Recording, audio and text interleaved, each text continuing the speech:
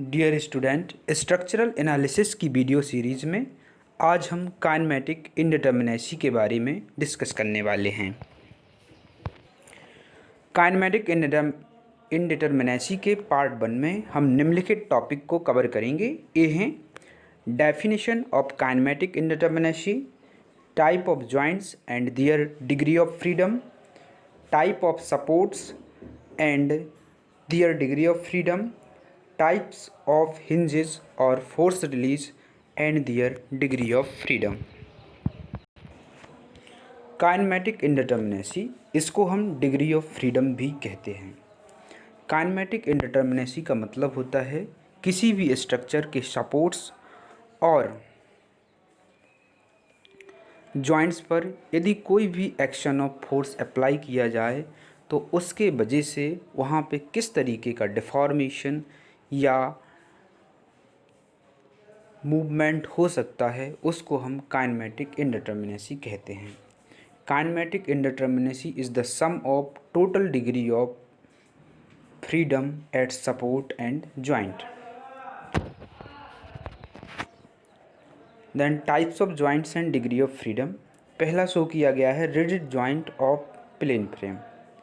Rigid joint का मतलब होता है यदि कोई भी दो मेंबर आपस में मोनोलिथिकली कास्ट कर दिए जाएं तो जॉइंट का फॉर्मेशन होगा वो रिजिड जॉइंट होगा।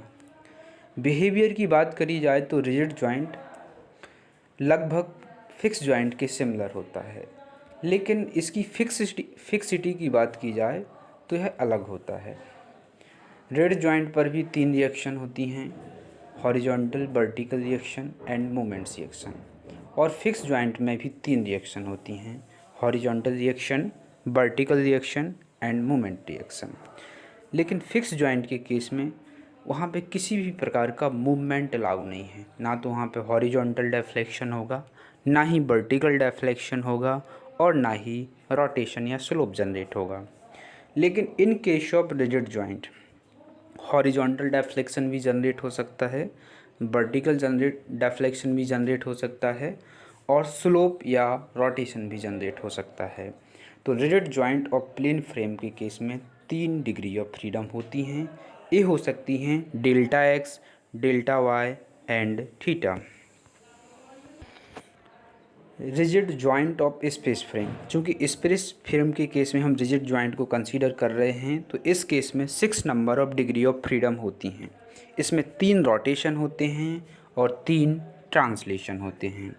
ट्रांसलेशन में 3 प्रकार के डेफ्लेक्शन होते हैं, delta X, delta Y and delta Z.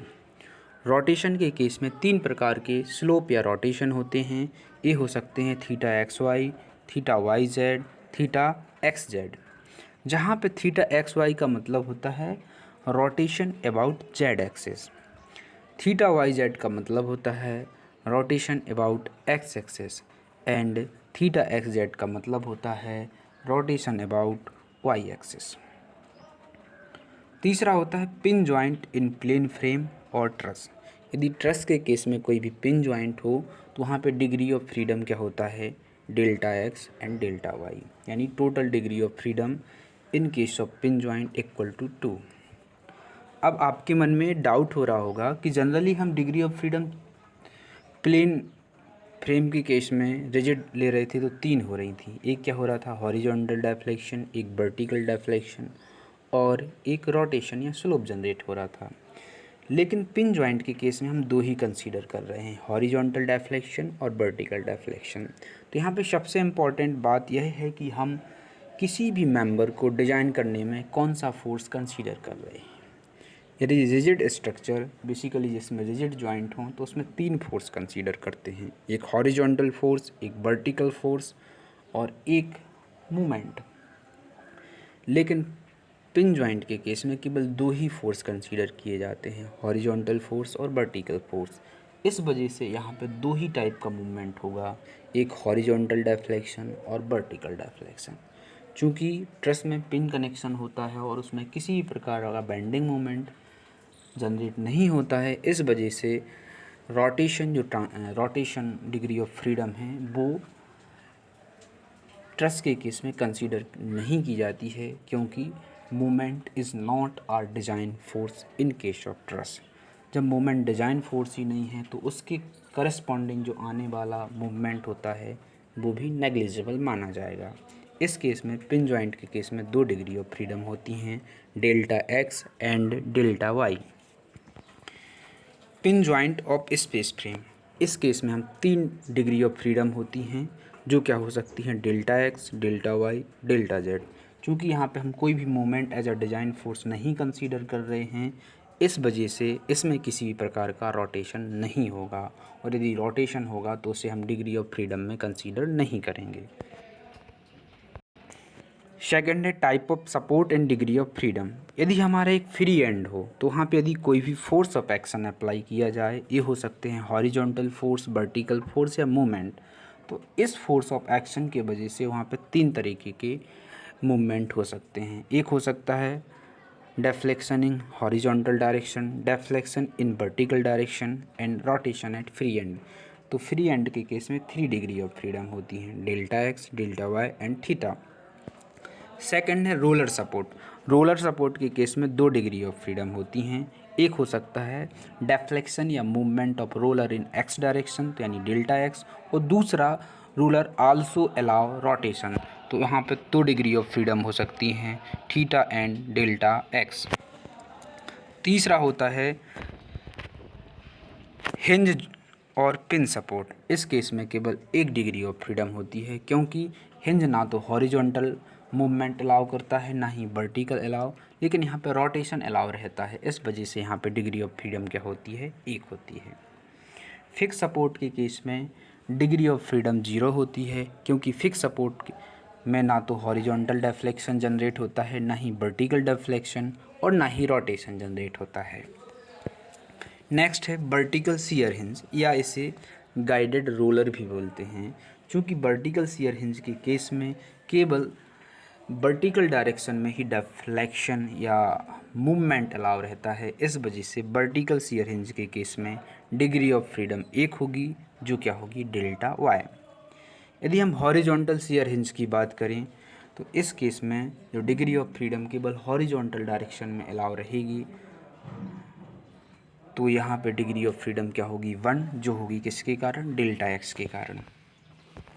यदि हम damper as a support use करते हैं डैम्पर सपोर्ट के केस में, तो केवल 1 डिग्री ऑफ फ्रीडम होगी, तो किस डायरेक्शन में होगी, ओनली हॉरिजॉन्टल डायरेक्शन में, ओके, यानी ये होगी डेल्टा एक्स। और यदि वर्टिकल डैम्पर सपोर्ट होता तो इस केस में भी 1 ही डिग्री ऑफ फ्रीडम होती, जो क्या होती, delta Y. Spring support, figure में प्लेन स्प्रिंग शो की गई है, तो इसमें केवल 1 रिएक्शन जनरेट होती है वर्टिकल डायरेक्शन में, इस वजह से वहाँ पे डेल्टा वाई क्या होगा, 0। लेकिन 2 डायरेक्शन मतलब एक हॉरिजॉन्टल डायरेक्शन में मूवमेंट और रोटेशन यहाँ पे अलाउ रहता है, इस वजह से इसकी डिग्री ऑफ फ्रीडम क्या होती है, 2, जो हो सकती हैं थीटा एंड डेल्टा एक्स।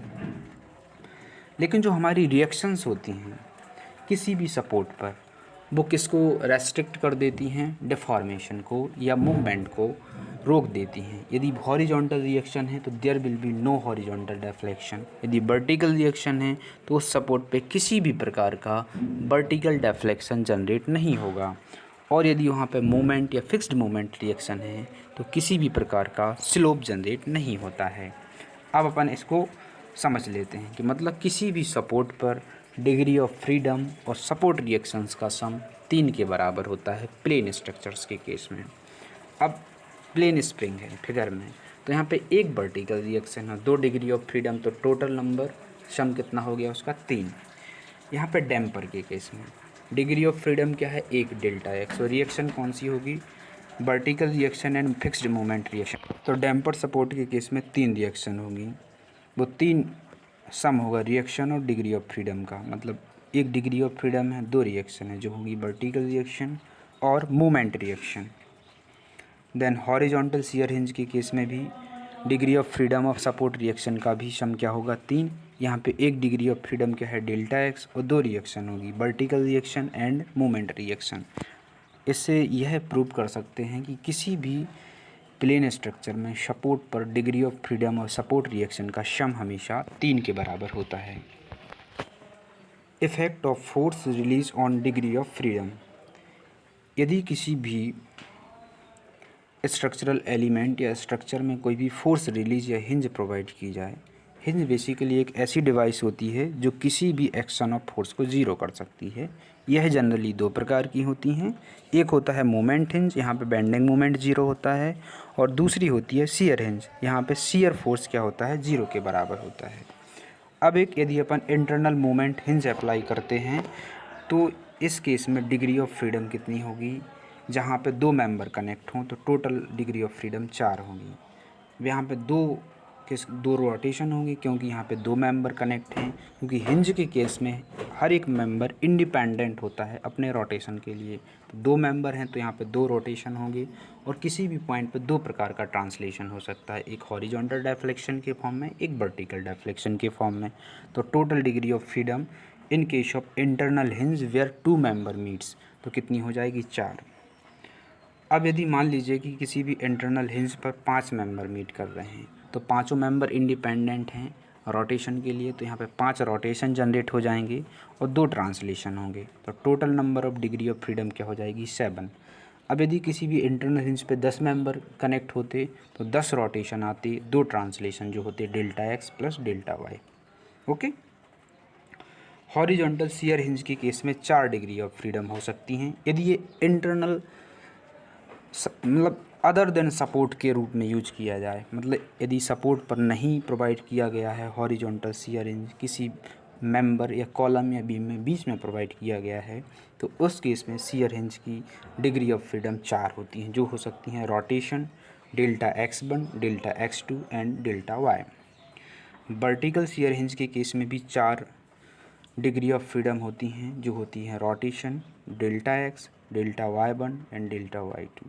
चूँकि इसमें रूलर वर्टिकल प्लेन में प्रोवाइड किया गया है, इसलिए दोनों मेंबर इंडिपेंडेंटली मूव कर सकते हैं वर्टिकल डायरेक्शन में, इसलिए यहाँ पे 2 वर्टिकल मूवमेंट होगा, delta y1 and delta y2। Most important point ये है कि किसी भी रिजिड जॉइंट पर यदि बहुत सारे मेंबर मीट कर रहे हों तो वो rigid joint as a unit element behave करता है, मतलब कि उसमें केवल एक ही रोटेशन जनरेट होगा। मतलब वहाँ पे जो rotation in rigid joint is independent from the number of member meeting at that joint. मतलब रिजिड जॉइंट में होने वाला रोटेशन उसके नंबर ऑफ मेंबर पे डिपेंड नहीं करता है, चाहे जितने भी मेंबर जॉइंट हों एक रिजिड जॉइंट पे, केवल वहाँ पे एक ही रोटेशन जनरेट होगा।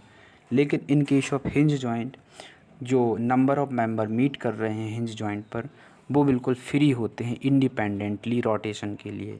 तो जितने नंबर ऑफ मेंबर मीट करेंगे किसी भी हिंज जॉइंट पर, उतने नंबर ऑफ रोटेशन जनरेट होंगे। मतलब in case of hinge joint number of rotation equal to number of member. यदि आपको ये वीडियो इन्फॉर्मेटिव लगता है तो प्लीज़ लाइक, शेयर और सब्सक्राइब कीजिए। धन्यवाद।